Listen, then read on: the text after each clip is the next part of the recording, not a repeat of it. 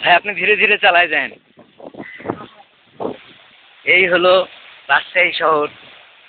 শুধু যে ঢাকা শহরই পানি, ঢাকা শহরের রাস্তাঘাটে যে শুধু পানিতে ডুবে যায় তা না, ইদানিং দেখি আমাদের রাজশাহী শহরের রাস্তাঘাটও পানিতে ডুবে যায়।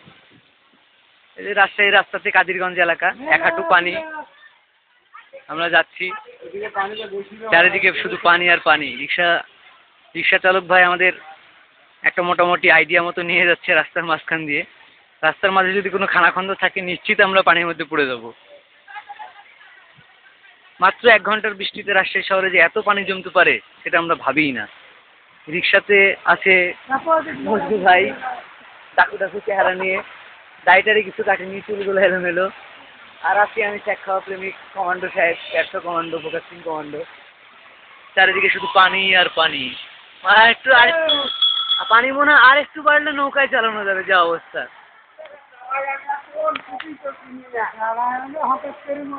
পানি আর পানি, চারিদিকে শুধু পানি।